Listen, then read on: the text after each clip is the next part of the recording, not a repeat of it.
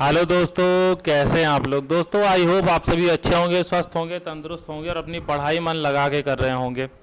दोस्तों कनिष्ठ सहायक भर्ती 2024 की ये सीरीज हमने स्टार्ट की है, जिसमें हम लोगों ने हिंदी के 2 सेट ऑलरेडी डिस्कस कर लिए हैं और हिंदी की एक अच्छी खासी प्रैक्टिस हो जाए, इसलिए ये हर बार हम लोग 30 क्वेश्चन का ये प्रैक्टिस सेट लगाते हैं। देखिए एम यही है, क्योंकि जूनियर असिस्टेंट का जो आपका पेपर होगा उसमें 30 क्वेश्चंस आएंगे, जो कि 30 नंबर आपको देके जाएंगे।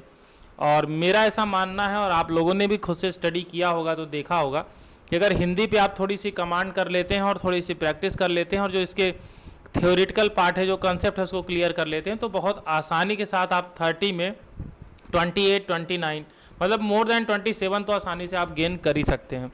और ये आपको करना पड़ेगा अगर आपको फाइनल मेरिट में जगह बनानी है। तो चलिए स्टार्ट करते हैं आज का सेट। और पहला क्वेश्चन आपके स्क्रीन पर है, जल्दी से आप इसका आंसर बताएं। निम्नलिखित में से किसके अंतर्गत नियुक्ति, छुट्टियों की स्वीकृति तथा पद वृद्धि आदि की सूचनाएं दी जाती हैं। तो अगर नियुक्ति की सूचना देनी है, छुट्टी की सूचना स्वीकृति देनी है या पद वृद्धि की आदि की सूचना देनी है, तो ये पत्र के माध्यम से दिया जाएगा, परिपत्र के माध्यम से दिया जाएगा, प्रेस विज्ञप्ति के माध्यम से दिया जाएगा या कार्यालय आदेश के माध्यम से दिया जाएगा, ये आपको बताना है। तो इसका जो सही आंसर है दोस्तों वो है कार्यालय आदेश। कार्यालय आदेश के जरिए इन सारी चीज़ों की सूचनाएं दी जाती हैं। वैयक्तिक पत्र किसके मध्य लिखा जाता है, ये आपको बताना है कि जो वैयक्तिक पत्र होता है वह व्यवसायियों के मध्य लिखा जाता है, सरकारी अधिकारियों के मध्य लिखा जाता है, सगे संबंधियों मित्रों के मध्य लिखा जाता है या पाठक और संपादक के मध्य लिखा जाता है। तो दोस्तों जो वैयक्तिक पत्र है वो सगे संबंधियों और मित्रों के मध्य लिखा जाता है, जिसको आप अनौपचारिक पत्र भी बोल सकते हैं। क्वेश्चन नंबर 3, राज्यों को विभिन्न योजनाओं के लिए। देखिए जो पुराना पहले पेपर जो होता था उसमें इस तरह के रिकॉर्डिंग वाले क्वेश्चन काफ़ी आए हुए हैं, तो एक ये भी आप देख लीजिए। हालांकि नए पैटर्न में देखने को नहीं मिलता है, लेकिन फिर भी देख लीजिए, अगर भूले भटके आ जाए तो आपको एक प्रैक्टिस रहे। जैसे इसमें दिया है कि जो संसाधन दिए जाते हैं, शुरू में है राज्यों को विभिन्न योजनाओं के लिए, और लास्ट में है संतुलित क्षेत्रीय विकास करना है, और बीच में ये ABCD करके कुछ ऑप्शन दिया है। तो आपको देखना है कि किस सीरीज में इसे रखें जिससे कि एक सेंटेंस पूरा जो है वो अर्थपूर्ण वाक्य बन जाए। तो जैसे देखिए राज्यों को विभिन्न योजनाओं के लिए, फिर इसके बाद देखिए जो संसाधन दिए जाते हैं देश के, उनका उद्देश्य। तो जो संसाधन दिए जाते हैं, इसके बाद क्या बैठ रहा है, उनका उद्देश्य योजना आयोग के माध्यम से देश के विभिन्न भागों का संतुलित क्षेत्रीय विकास करना है। तो ये इसका संपूर्ण है, यानी सबसे पहले A आप लिखेंगे, उसके बाद आप D लिखेंगे, ठीक है ना, उसके बाद B लिखेंगे और उसके बाद C लिखेंगे। तो आपका जो सही ऑप्शन बनेगा वो बनेगा BADC। राज्यों को विभिन्न योजनाओं के लिए योजना आयोग के माध्यम से जो संसाधन दिए जाते हैं उनका उद्देश्य देश के विभिन्न भागों का संतुलित क्षेत्रीय विकास करना है। क्वेश्चन नंबर 4 बताइए। लोकतंत्र राज्य जनता में राष्ट्रीय भावना के रूप में जागृत करता है।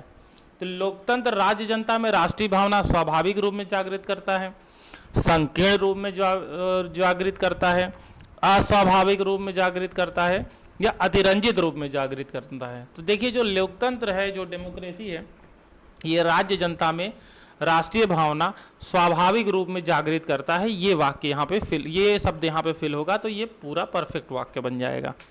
क्वेश्चन नंबर 5 बताइए। नासिकेतोपाख्यान के लेखक कौन है। कई बार एग्जाम में पूछा गया है कि नासिकेतोपाख्यान के लेखक कौन है। सदल मिश्र हैं, इंसाल्लाह खां है, लल्लू लाल हैं, इनमें से कोई नहीं। तो इसका जो सही ऑप्शन है, जो सही आंसर है वो है सदल मिश्र। अगला क्वेश्चन दोस्तों, चिंतामणि किसका निबंध संग्रह है। इसमें से आपको बताना है कि चिंतामणि निबंध संग्रह किसके द्वारा लिखा गया है। बालमुकुंद गुप्त जी के द्वारा, हरजारी प्रसाद द्विवेदी, रामचंद्र शुक्ल या श्याम सुंदर दास। तो इसका जो सही आंसर है वो है रामचंद्र शुक्ल। क्वेश्चन नंबर 7, खग कुल कुल कुल सा बोल रहा रेखांकित शब्दों में कौन सा अलंकार है। देखिए जब एक ही शब्द कई बार आए और हर बार उसका अर्थ अलग हो जाए तो वहाँ पे कौन सा अलंकार होता है, तो यहाँ पर यमक अलंकार होता है। ये आपको ध्यान रखना है। भाषा में शब्द और अर्थ की दृष्टि से सौंदर्य उत्पन्न करता है। तो देखिए शब्द और अर्थ इस दृष्टि से जो सौंदर्य उत्पन्न करता है वो कौन सा होता है, वो अलंकार कहलाता है। जो शब्दों के जरिए जिसे शब्दालंकार कहते हैं, अर्थ के जरिए सौंदर्य उत्पन्न करेगा तो उसे अर्थालंकार कहते हैं। क्वेश्चन नंबर 9, वीर रस का स्थायी भाव क्या है? शोक है, भय है, उत्साह है या निर्वेद है? देखिए जो वीर रस है उसका स्थायी भाव होता है उत्साह, उत्साह से ही तो वीरता आएगी। दुख ही जीवन की कथा रही, क्या कहूँ आज जो नहीं कही। इसमें आपको रस बताना है कि कौन सा रस है।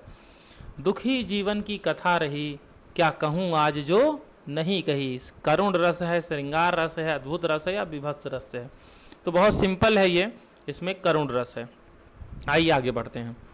निम्नलिखित में से कौन सा आज्ञार्थक वाक्य है, यानी वैसा वाक्य जिसमें आज्ञा दी जा रही है? तो सुरेश को बुलाना चाहिए, अभिषेक पुस्तक लाओ, सुषमा को अभी पढ़ना जरूरी है, तुम्हें बाजार जाना चाहिए। तो इसमें आज्ञार्थक है अभिषेक पुस्तक लाओ, बाकी सुरेश को बुलाना चाहिए या तुम्हें बाजार जाना चाहिए, ये तो एक सजेशन हो गया। निम्न में से मिश्रित वाक्य बताना है कि कौन सा वाक्य है। आपको पता होगा रचना के आधार पर 3 वाक्य, सरल वाक्य, मिश्र वाक्य और संयुक्त वाक्य। तो मिश्र वाक्य बताना है कौन सा है। वर्षा हो रही है, ये तो सरल वाक्य हो गया। मैं पढ़ता हूँ और वह खेलता है, ये संयुक्त वाक्य हो गया। सुधीर पढ़ता है, सरल वाक्य है। मैंने सुना है कि, तो जब ये की आ गया तो ये क्या बना दिया, इसको मिश्र वाक्य बना दिया। तो मैंने सुना है कि नीना पास हो गई है, ये कौन सा वाक्य है? ये मिश्र वाक्य है। चलिए अगले क्वेश्चन की तरफ बढ़ते हैं। कैलकुलेट करते जाइएगा, लास्ट में आपको कमेंट करके बताना है कि आप 30 में से आपके कितने क्वेश्चन सही हुए हैं। तो जिस वाक्य में कर्म के अनुसार क्रिया में परिवर्तन होता है उस वाक्य को क्या कहते हैं? कर्तृवाच्य कहते हैं, कर्मवाच्य कहते हैं, भाववाच्य कहते हैं या संयुक्त वाच्य कहते हैं? तो देखिए जिस वाक्य में कर्म के अनुसार क्रिया में परिवर्तन होता है उसे कर्मवाच्य बोलते हैं। ठीक है। मुझसे उठा नहीं गया वाक्य में वाच्य है। तो जब किसी वाक्य में इस तरीके से बात होती है जिसमें असमर्थता बताई जाए तो वहां पे भाववाच्य होता है। तो मुझसे उठा नहीं गया, इसमें क्या है? इसमें भाववाच्य। ठीक है। चलिए अगले क्वेश्चन की तरफ बढ़ते हैं। उस डाली पर एक तोता बैठा है, वाक्य में प्रयुक्त काल पहचानिए। उस डाली पर एक तोता बैठा है, इसमें कौन सा काल है ये आपको बताना है। पूर्ण भूतकाल है, अपूर्ण भूतकाल है, सामान्य भूतकाल है या पूर्ण भूतकाल वर्तमान काल है? तो उस डाली पर एक तोता बैठा है, इसमें पूर्ण वर्तमान काल है क्योंकि वो तोता बैठा है ना, वर्तमान की बात हो रही है। निम्न में अपूर्ण भूत का उदाहरण है। मैं सो जाता हूँ, सीता सो रही थी, वह आ रहा है, वह पुस्तक पढ़ेगा। तो सीता सो रही थी, ये काम ऐसा है जो भूतकाल की ओर इशारा कर रहा है, लेकिन उसमें ये काम सो रही थी, यानी अभी पूरी तरीके से सो नहीं चुकी है, अपूर्ण है, तो अपूर्ण भूत। चलिए अगले क्वेश्चन की तरफ बढ़ते हैं। रेखांकित सर्वनाम का प्रकार चिन्हित कीजिए। कोई तो होगा जो तुम्हारी सहायता कर सके। कोई का मतलब क्या है कि अब यहाँ पे निश्चित नहीं है ना कि कौन है, तो कोई कैसा सर्वनाम हो जाएगा? ये अनिश्चयवाचक सर्वनाम हो जाएगा। ठीक है। एक सेकेंड, ये क्या हो गया? एक सेकेंड रुक जाइएगा। हाँ, तो यहाँ पे देख लीजिए कोई, तो ये अनिश्चयवाचक सर्वनाम हो जाएगा। जैसा करोगे वैसा भरोगे, इसमें कौन सा सर्वनाम होगा ये आपको बताना है। जैसा करोगे, जैसा आप करेंगे वैसा ही फल मिलेगा।